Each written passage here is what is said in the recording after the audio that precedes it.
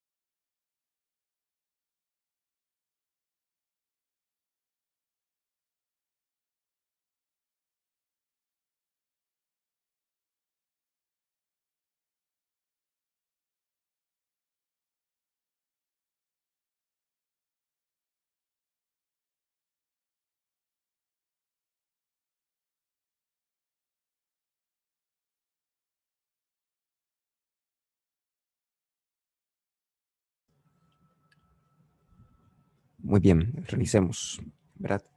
Vean que yo aquí al lado derecho les hice más o menos el dibujo de qué es lo que está ocurriendo. Entonces, en la caja más pequeña es la que vamos a tener al centro, ¿verdad?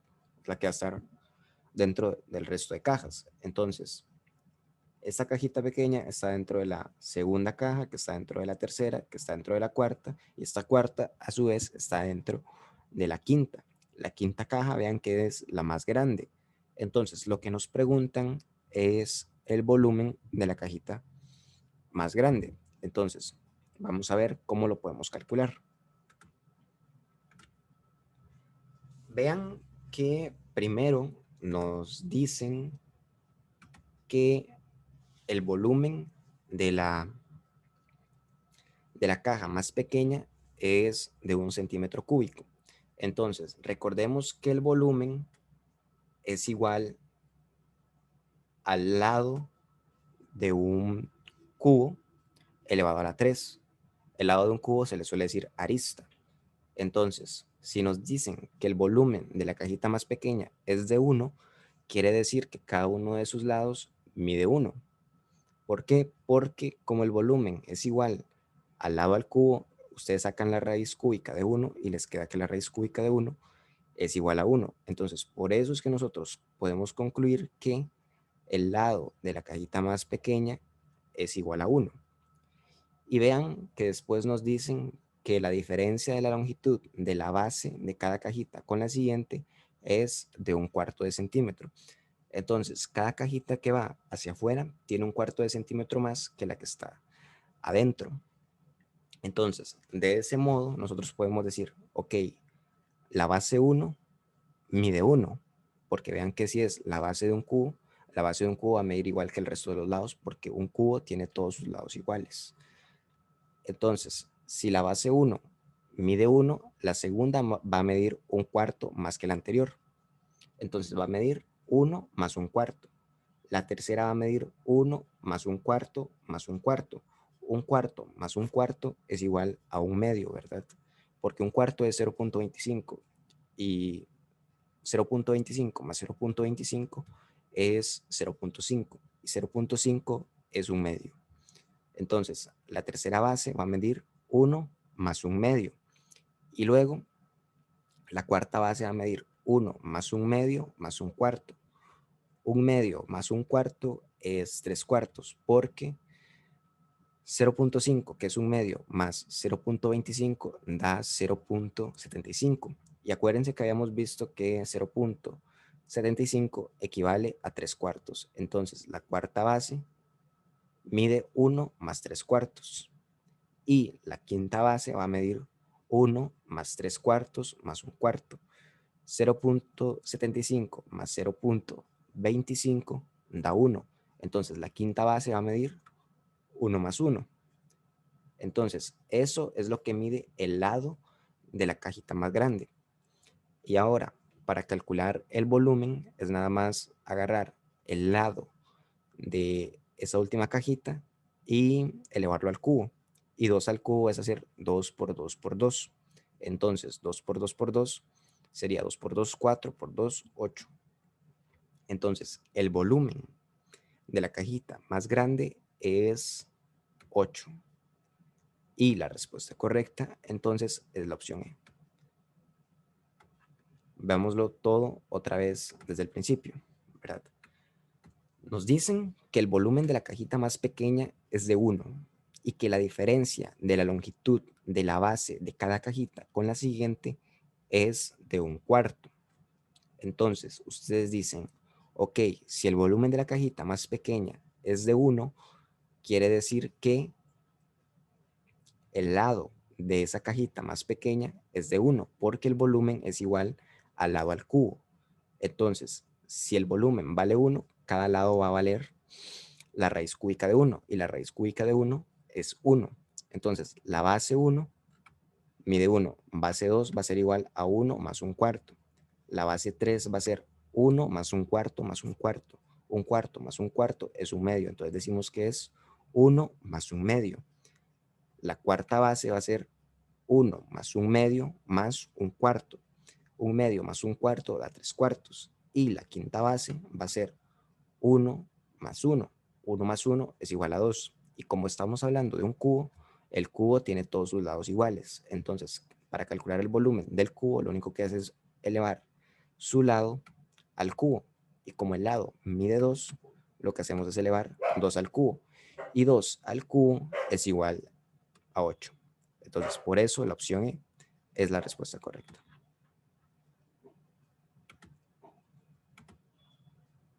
Vamos ahora con la siguiente pregunta.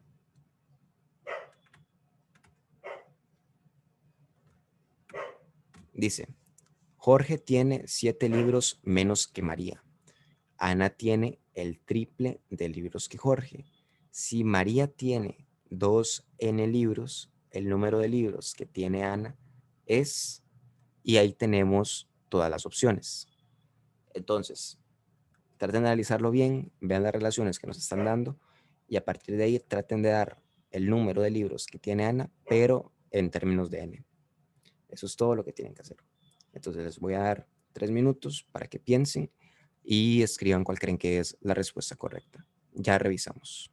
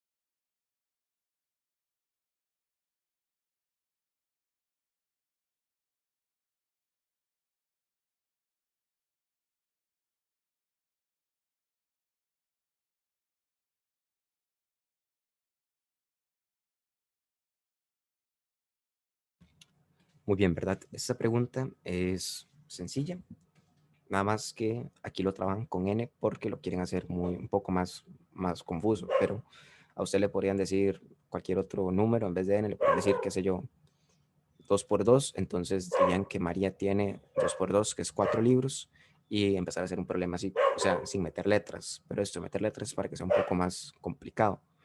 Entonces, veámoslo así, María tiene 2 n libros, entonces Jorge tiene 7 menos que eso, entonces Jorge ¿cuánto tiene?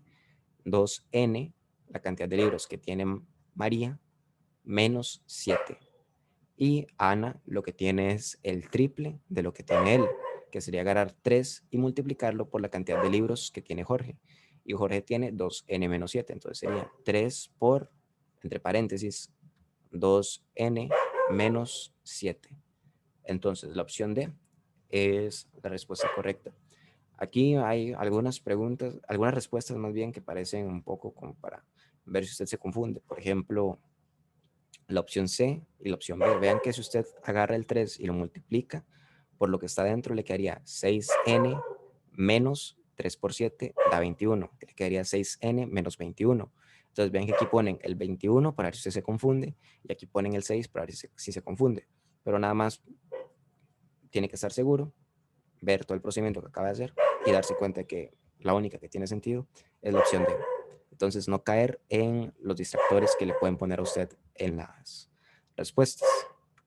Y ahora vamos con la pregunta número 8. Dice, si A es mayor que B, C es mayor que D, B es mayor que C y D es mayor que E, ¿cuál de las siguientes expresiones es verdadera?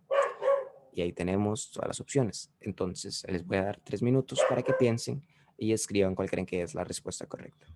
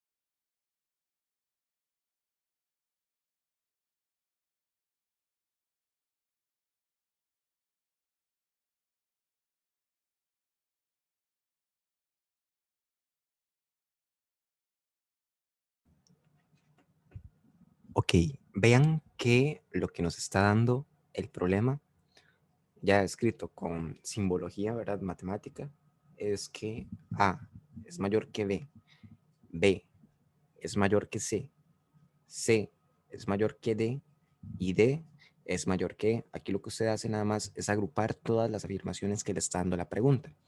Entonces, usted después lo que hace es analizar cuál de todas las opciones es la que se cumple con certeza. Veamos, la primera opción dice que E es mayor que A. Vean que E está al final y A es mayor que el resto. Entonces A es mayor que E.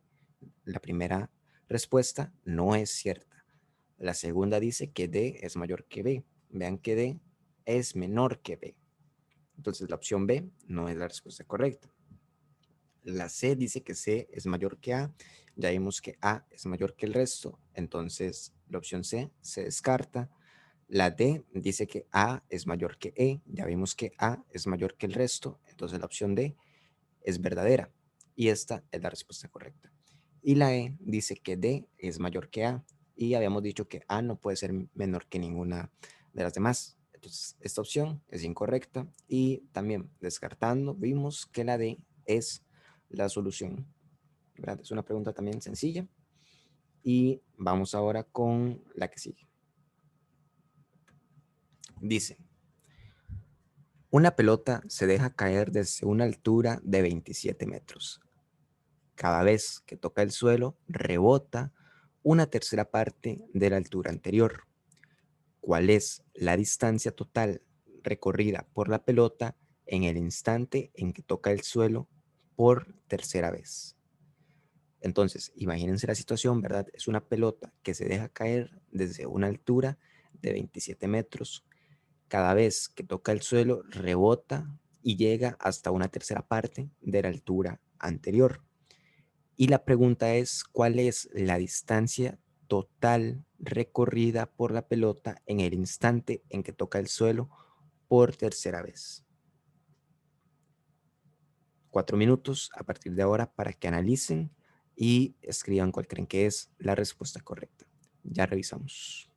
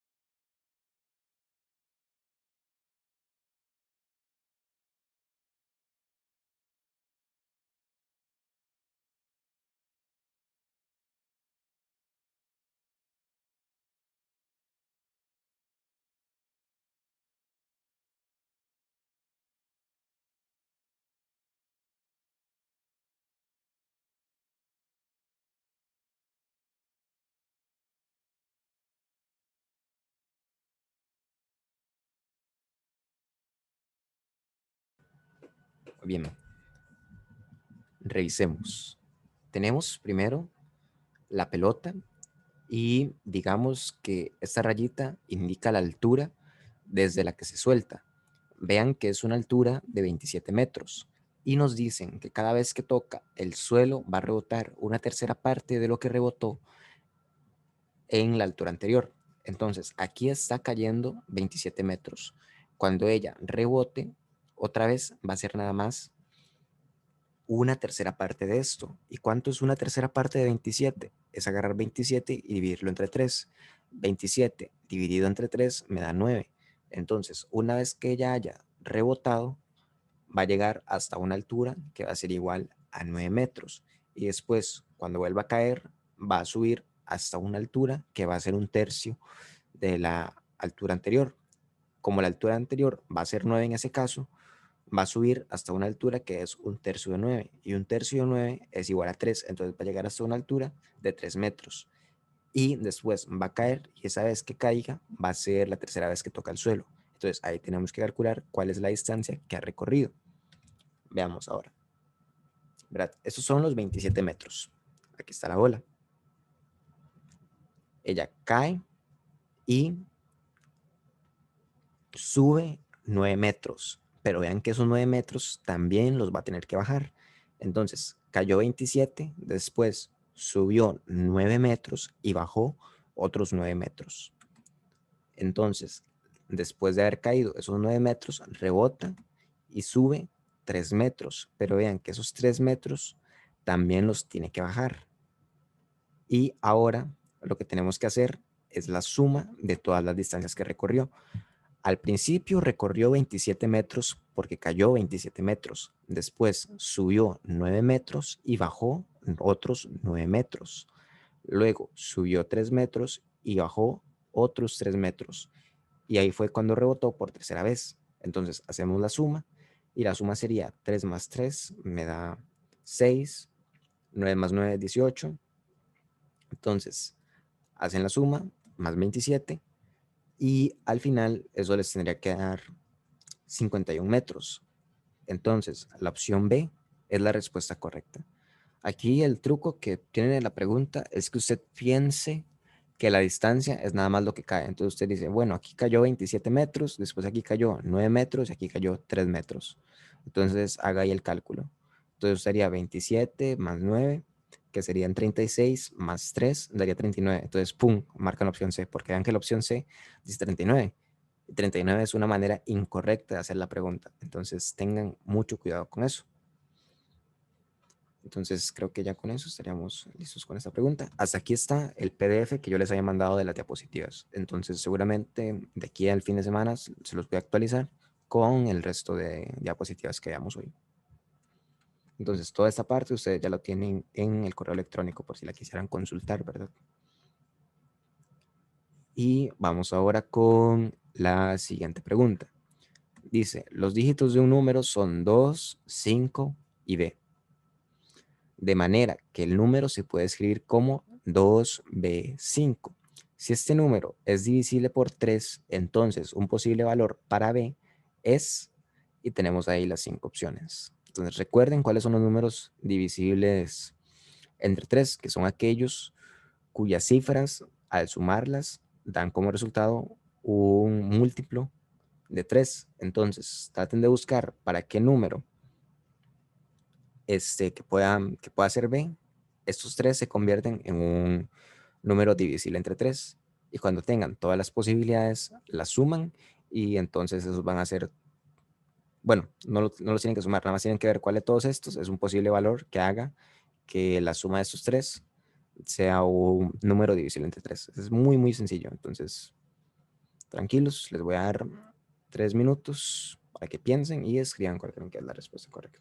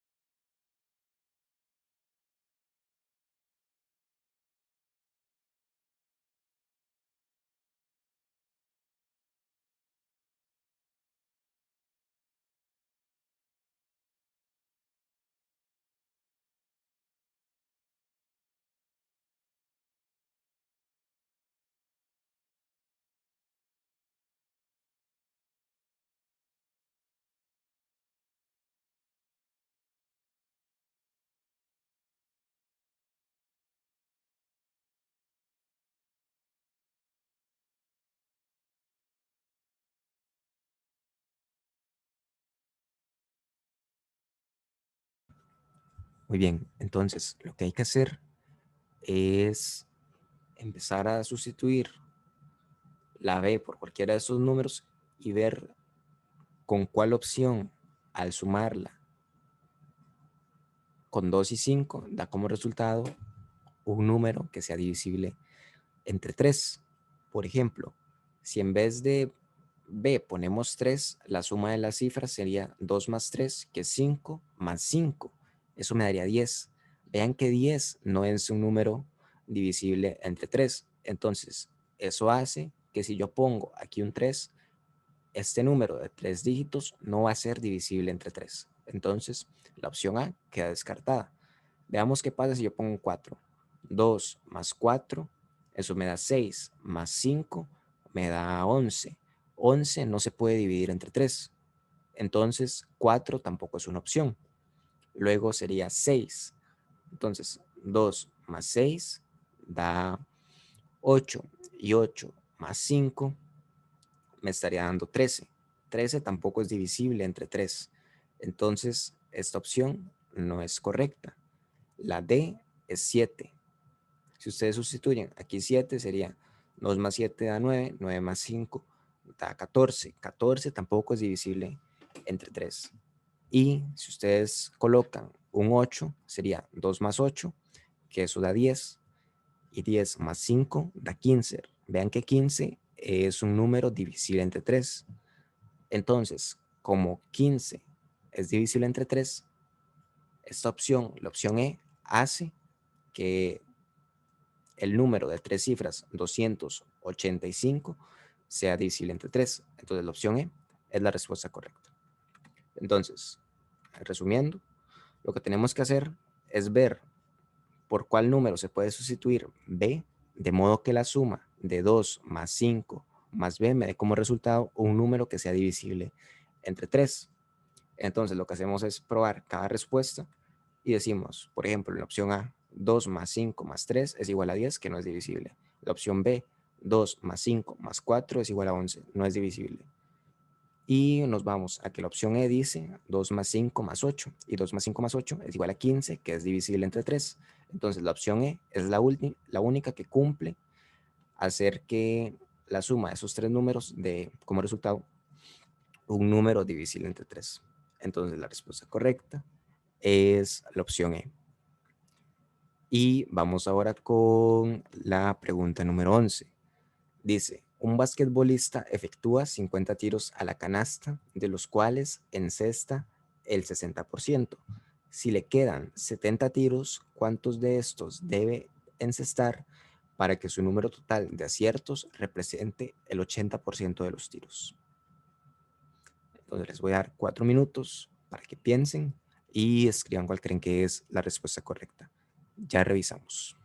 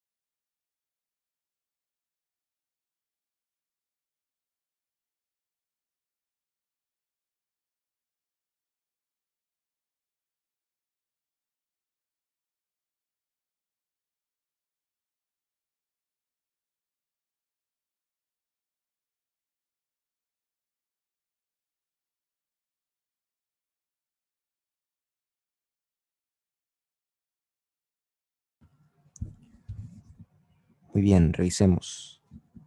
La pregunta dice, un basquetbolista efectúa 50 tiros a la canasta, de los cuales encesta el 60%.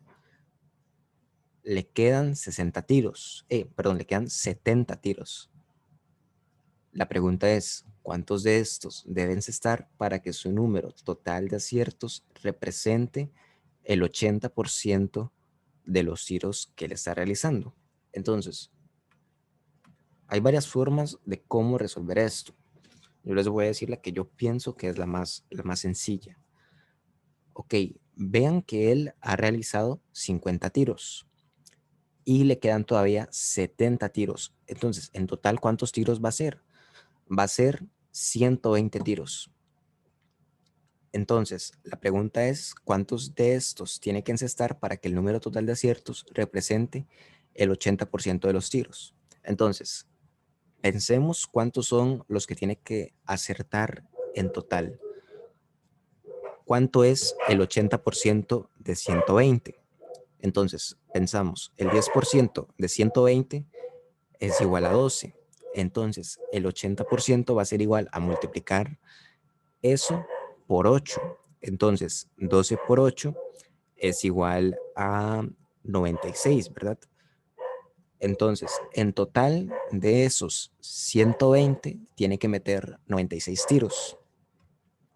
Y sabemos que de los 50 que efectuó al principio, encestó el 60%. Entonces, ¿cuánto es el 60% de 50? Pensamos, el 10% de 50 es 5 y el 60% va a ser entonces igual a multiplicar eso por 6. 5 por 6 es igual a 30. Entonces, él en total ha metido 30 tiros de los 50 que ha hecho. Entonces, como sabemos que en total tiene que meter 96, hacemos la resta. 96 menos 30 da 66. Entonces, con los 70 tiros que tiene que meter al menos 66 tiros para hacer que el total de los que acertó sea el 80% de 120. Entonces, la respuesta correcta es la opción B. Igualmente, se los explico sin números para que vean cómo se puede hacer más o menos mentalmente, pero igual ya les voy a poner todo el procedimiento. Entonces, veamos otra vez desde el principio. ¿Verdad? El 60% de 50 es 30. Entonces, él lo que ha metido son 30 canastas. Ahora, tenemos que hacer una ecuación que relacione el número de casos favorables entre los totales de manera que nos dé 0.8. Entonces, los casos favorables son 30 más X, ¿verdad? Porque X es la cantidad de tiros que tiene que meter de los 70 que le quedan. Entonces, casos favorables sería 30 más X y los casos totales son 120, ¿verdad? Porque son los 50 del principio más los 70 que va a meter ahora. Entonces, la probabilidad es igual a 30 más X dividido entre 120. Eso tiene que ser igual a 0.8. Entonces, X es igual a 120, pasa a multiplicar. Entonces hago 120 por 0.8 menos 30. Entonces, 120 por 0.8 es 96 y 96 menos 30 es 66. Entonces, los tiros que tiene que acertar de esos 70 que tiene es 66. Vean que de las dos formas, haciéndolo de la manera lógica y por medio de probabilidad, en este caso, como es que yo se lo estoy explicando, pueden llegar a que la respuesta correcta es 66 tiros. Entonces, la respuesta correcta es la B. Otra vez, un poco desde el principio para repasar qué fue lo que hicimos. Entonces, vimos que él ha hecho 50 tiros, de los cuales ha encestado el 60% y le quedan 70 tiros. La pregunta es cuántos de estos tiene que encestar para que el número total de aciertos represente el 80% de los tiros. Entonces, si él metió el 60% de los 50 que tiró, el 60% de 50 es 30. Entonces, él en total ha metido 30 tiros. Y ¿Cuántos tiros va a ser él al final? Va a ser 120, porque 50 más 70 es igual a 120. Y tenemos que ver cuántos tiene que meter de esos 70 para que al final haya metido el 80% de los tiros. En total, el 80% de 120 habíamos dicho que era 96. Entonces, él ha metido 30 y tiene que llegar a meter 96 y le quedan 70 tiros. Entonces, para llegar a 96 desde 30, me faltan 66. Entonces, de esos 70 tiros, tiene que meter 66. Y es por eso que la opción B es la respuesta correcta. Entonces, traten de hacerlo ustedes mismos en cuaderno para que vean que las dos formas siempre llegan a la misma respuesta. O si no, traten de buscar otra que para ustedes sea más lógica, siempre y cuando den con que la B es la respuesta correcta. Porque recuerden que esos problemas se pueden hacer de 1000 formas y tal vez haya otra que sea incluso más fácil que estas que les estoy mostrando. Entonces, vamos ahora con la siguiente pregunta. Dice, dada la siguiente secuencia, ABCD1, ABCD1, ABCD1, este 2 está incorrecto, ese 2 no hay, así que ustedes lo pueden quitar. Tenemos que ver cuál es la letra o el número que se encuentra en la posición 203. Recuerden que habíamos visto varias preguntas de ese tipo y habíamos estudiado cuál era la manera de resolverlos. Entonces, les voy a dar 3 minutos para que hagan el procedimiento que hayamos visto, escriban cuál creen que es la respuesta correcta y ahorita revisamos.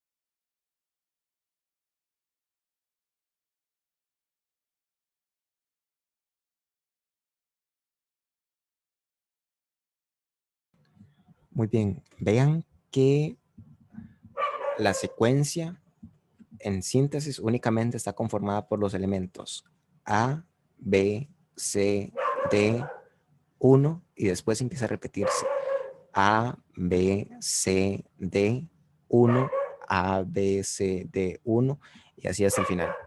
Este 2 está puesto por error, así que no le prestan atención. Entonces, la secuencia se reduce únicamente a esos 4 dígitos. Entonces, la secuencia se está repitiendo cada 5 posiciones. Así que para calcular cuál es la posición que está en, perdón, cuál es la letra o número que está en la posición 203, lo que hacemos es dividir 203 entre 5 para ver cuál es esa posición. Entonces agarramos 203 y lo dividimos entre 5. Entonces ustedes decían, ok, 5 por un número que se acerque a 200. Entonces 5 por 4 es igual a 20. Entonces, ¿cuánto va a ser 5 por 40? 5 por 40 va a ser 200. Y si yo multiplico 5 por 40, ¿cuánto me falta para llegar a 203? Me faltan 3, ¿verdad? Porque 5 por 40 es 200. Y 203 menos 200 me da 3. Entonces, recuerden que lo que me quedaba a mí a la derecha, abajo, era la cantidad de veces que se ha repetido la secuencia. Y lo que me queda a la izquierda es la posición en la que estoy. Entonces, como esto me está dando 3, quiere decir que estoy en la posición número 3. ¿Y cuál es la posición número 3? Vean que es A1, B es la posición 2 y C es la posición 3. Entonces, la opción C es la respuesta correcta. Esto es muy útil en el examen de admisión con las preguntas donde ellos dicen, dentro de 300 días, ¿qué día va a ser? Porque recuerden que los días al final se comportan como una secuencia, porque cada 7 días se repite el día. Entonces, si tuvieran esta pregunta diciéndoles, ¿qué día? Hoy es miércoles, ¿qué día va a ser dentro de 400 días? Entonces, ustedes lo único que hacen es agarrar 400 dividido entre 7 para ver la cantidad de semanas que han pasado y los días que han transcurrido. Y así también esa es como la mayor utilidad que se le puede dar para el examen de admisión, porque ellos no suelen poner nunca secuencias de este tipo, sino que ponen algo más práctico, más simple. Pero igual yo les pongo estos ejemplos para que vean con un poco más de dificultad. Y ahora veamos la pregunta número 13. Dice, la medida del ancho de un rectángulo es A y la de largo es B. Si se quiere duplicar su área sin variar la medida de largo, entonces su ancho deberá ser, y ahí tenemos las 5 opciones. Entonces piensen cuál es la fórmula para hallar el área de un rectángulo y a partir de ahí imaginen qué habría que hacer para que el área sea el doble, sin alterar el largo. Entonces, 3 minutos a partir de ahora.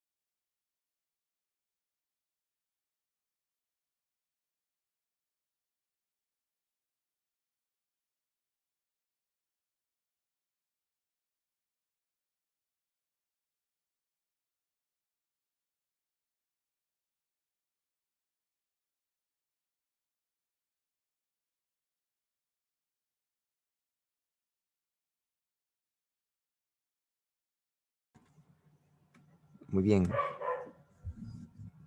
Tenemos que pensar cómo se calcula el área de un rectángulo. Recordemos que el área del rectángulo es multiplicar la base por la altura. En este caso sería el largo por el ancho. Entonces, el área del rectángulo es AB. Para duplicar esa área, lo que tendríamos que hacer es hallar algo que nos dé como resultado 2 por A por B. Vean que AB es el área inicial y 2 significa que tenemos el doble de esa área. Y vean que yo puedo tener eso multiplicando el ancho o el largo por 2, porque si yo multiplico el largo por 2, este 2 al final está multiplicando a toda la expresión. Entonces, da lo mismo si yo multiplico por 2 el largo o el ancho. Entonces, esa es una ventaja, porque sabemos que el largo no va a medir. Lo único que va a variar es el ancho. Entonces, para yo tener un área que sea igual al doble del área inicial, lo único que tendría que hacer es multiplicar el ancho por 2. Entonces, la opción B es la respuesta correcta. Entonces, aquí yo pongo, ¿verdad? Vean que puedo tener eso multiplicando el ancho o el largo por 2. Da lo mismo cuál sea, ya que el orden no va a alterar el producto. Entonces, la medida del ancho debería ser 2A para que al final me dé 2AB, ¿verdad? Y esto es el doble del área inicial. Entonces, otra vez desde el principio. Pensemos cuál es el área del rectángulo. El área del rectángulo es largo por ancho. Entonces, el área de este rectángulo que nos están dando, ¿verdad? Que tiene ancho A y largo B, es A por B. Para duplicar eso, tendríamos que llegar a tener un área que sea igual a 2 por A por B. Y eso yo lo puedo tener multiplicando B por 2 o A por 2. Da lo mismo porque el orden no altera el producto. Entonces, como me dicen que el largo no puede variar, entonces lo que voy a multiplicar es el ancho. Entonces, si yo multiplico el ancho por 2, estoy multiplicando indirectamente toda el área por 2. Entonces, la medida del ancho tiene que ser 2 por A. Igualmente, si a ustedes se les hace un poco complicado, traten de darle valores a cada letra. Por ejemplo, dicen que A vale 1 y B vale 2. Y empiecen a sustituir A por cada una de las opciones que tenemos y busquen cuál es la que me da como resultado el doble del área que teníamos al principio. Por ejemplo, yo se lo voy a demostrar aquí. Si yo pienso que el ancho mide 1 y que el largo mide 2, ¿verdad? A vale 1 y B vale 2, el área sería A por B y sería 1 por 2. Para que yo tenga el doble del área, el área me tendría que dar 2 por 2, que es igual a 4. Entonces yo sustituyo cada una de esas opciones para ver cuál me da como resultado un área igual a 4. Entonces, si yo elevo a al cuadrado, me daría 1. 1 por 2 sigue siendo 2. Entonces, aquí no estoy duplicando el área. Si yo agarro 2 por A, ¿verdad? Sería 2 por 1. 2 por 1 es igual a 2. Y 2 por 2, ¿verdad? Calculando el área, me daría 4. Entonces, vean que aquí sí la estoy duplicando. Si yo hiciera 1 más 2, me daría 3. 3 por 2 me da 6. Aquí no la estoy duplicando. ¿Verdad? Me está dando algo mayor que el doble, que es lo que estoy buscando. Y si lo divido, quedaría 1 entre 2. 1 entre 2 es igual a 0.5. Y 0.5 por 2 me da 1. Vean que si yo divido A entre 2, más bien lo que estoy haciendo es dividir el área completa entre 2, para que le presten atención a ese tipo de casos. ¿Y qué pasa si yo agarro A más A dividido entre 2? Sería 1 más 1 dividido entre 2, que es 0.5. Esto me estaría dando 1.5 y 1.5 por 2 me da 3. Vean que tampoco la estoy duplicando. Con la única que logro duplicar el área es usando la opción B. Entonces, de las dos formas, llego a que la respuesta correcta es la B. Pueden hacer el análisis directo de cuál es la fórmula del área de un rectángulo o pueden hacerlo dándole valores a cada letra. Las dos maneras son válidas, así que la que sientan que es más fácil es la que deberían usar al momento de estar en el examen. Vamos ahora con la pregunta número 14. Dice, de una clase de P estudiantes, Q son mujeres. Entonces, el porcentaje de hombres es... y ahí tenemos todas las opciones. Entonces les voy a dar 3 minutos para que piensen y escriban cuál creen que es la respuesta correcta. Ya revisamos.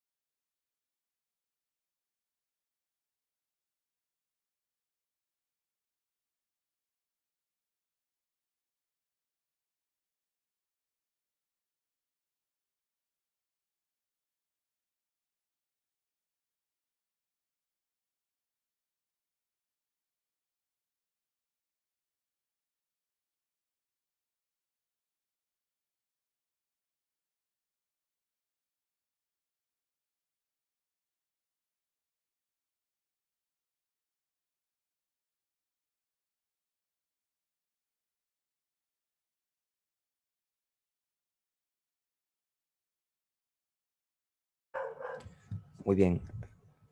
Recordemos qué es la probabilidad, ¿verdad? Probabilidad es la división entre casos favorables y casos posibles. Aquí nos están preguntando el porcentaje de hombres. Entonces, ¿cuáles son los casos favorables? Los casos favorables son aquellos que son hombres. Entonces, ¿quiénes son los estudiantes que son hombres? Los estudiantes que no son mujeres. Entonces, para yo hallar la cantidad de estudiantes que son hombres, lo que hago es que del total resto los que son o las que son mujeres. Entonces, esto sería lo mismo que decir P menos Q, porque vean que P es el total de estudiantes que tengo y Q son las mujeres. Entonces, si yo al total le quito las mujeres, me voy a quedar con únicamente los que son hombres. Y los casos posibles serían todos los estudiantes, y todos los estudiantes son P. Entonces, los casos favorables serían P menos Q, que son los hombres, y los casos totales serían P, que son todos los estudiantes. Y yo ahora para sacar todo eso en porcentaje, lo que hago es multiplicarlo por 100. Entonces la probabilidad de, o más bien el porcentaje de hombres es P menos Q dividido entre P multiplicado por 100. Y eso es lo que está en la opción A. Entonces la opción A es la respuesta correcta. Veamos las otras opciones. La segunda opción dice P menos Q, ¿verdad? Esos son los hombres, pero vean que se divide entre Q. Entonces estaríamos agarrando hombres dividido entre mujeres, y eso no tiene sentido, porque lo que estamos buscando es hombres dividido entre el total. Luego la opción C dice Q, que Q son las mujeres dividido entre la resta de P menos Q. Eso tampoco tiene sentido, porque estaríamos dividiendo las mujeres entre los hombres, y eso multiplicándolo por 100, entonces tampoco nos sirve. Y aquí mucho menos, porque están agarrando 100 menos P dividido entre Q y después 100 menos Q dividido entre P. Y recordemos que cuando tengamos preguntas de porcentajes, lo más probable es que tengamos que multiplicar por 100, a menos que sea de otra forma. Casi siempre va a haber que multiplicar por 100. Entonces, ustedes al pensar eso, de un solo descartaban estas dos opciones que no tienen nada de sentido. Entonces, la respuesta correcta bajo ese análisis es la opción A. Y ahora veamos la última pregunta del día de hoy, que es la pregunta número 15. Dice, si la suma de cuatro enteros impares consecutivos es S, entonces en términos de S, el más grande de esos números es...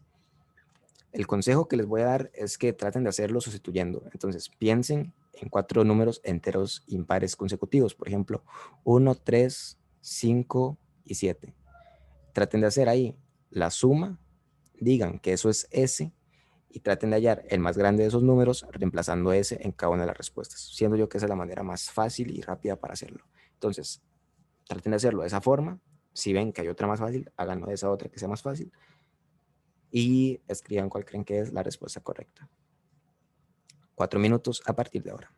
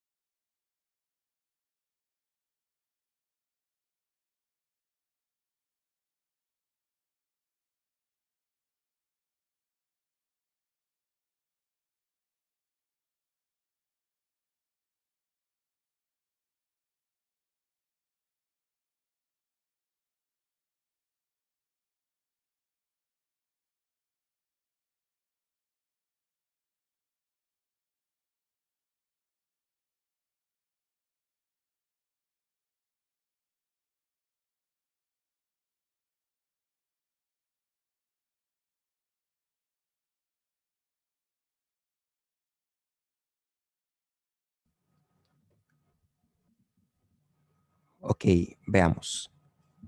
Lo que yo les había dicho es que piensen en 4 números enteros impares consecutivos, los sumen, eso les va a dar cuánto vale ese.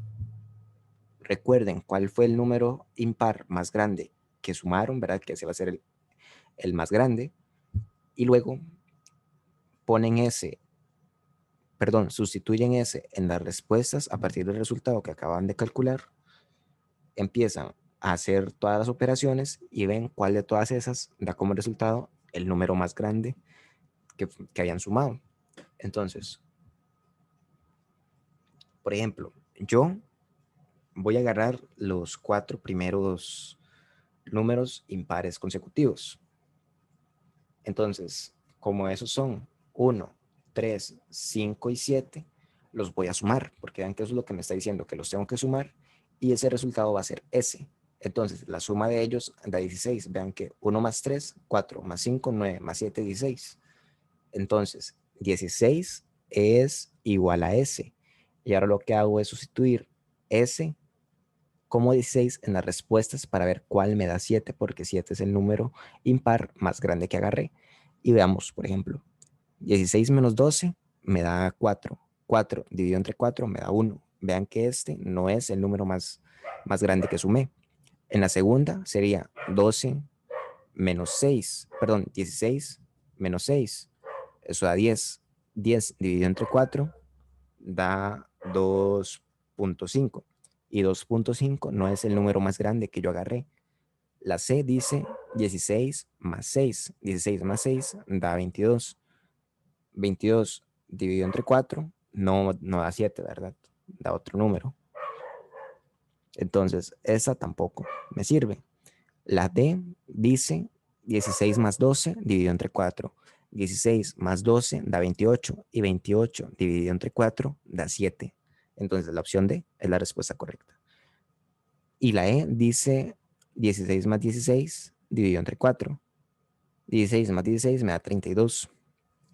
Y 32 dividido entre 4 da 8. Como no me da 7, entonces esta tampoco es respuesta correcta. Y la opción D es la solución. Entonces, veamos otra vez desde el principio qué fue lo que hicimos. Imaginamos 4 números impares consecutivos, 1, 3, 5 y 7, los sumamos y eso nos dio 16. Entonces, este número es S y después de eso lo que hicimos fue sustituir S como 16 en las respuestas, empezar a probar cada una y ver cuál de ellas me daba el número impar más grande que yo había agarrado, que fue 7. Entonces empezamos a reemplazar en cada una y nos dimos cuenta que en la única que ocurre que el resultado sea 7 es en la opción D. Entonces por eso la opción D es la respuesta correcta, ¿verdad? Eso es todo. Siento yo que esa es la manera más sencilla de hacerlo. No sé si ustedes verán alguna más fácil, pero esa es mi recomendación. Si ven preguntas así con letras y a usted se le dificulta bastante, es mejor que use números para que así todo sea mucho más sencillo, siempre y cuando estén cumpliendo con la condición que le den, ¿verdad? No vale agarrar, por ejemplo, 1, 2, 3, 4, porque ahí no están cumpliendo con agarrar números enteros impares consecutivos. Y un consejo extra es que agarren siempre números pequeños para que sea más fácil de trabajar y así no se les dificulte para nada. Y bueno, eso sería todo por hoy. Muchas gracias por estar aquí. Nos estaremos viendo el lunes y el jueves creo que ya vamos a terminar todo el quiz. Y después estaríamos revisando nada más los quizzes que van a estar en internet. Entonces, eso sería todo y nos vemos hasta la próxima.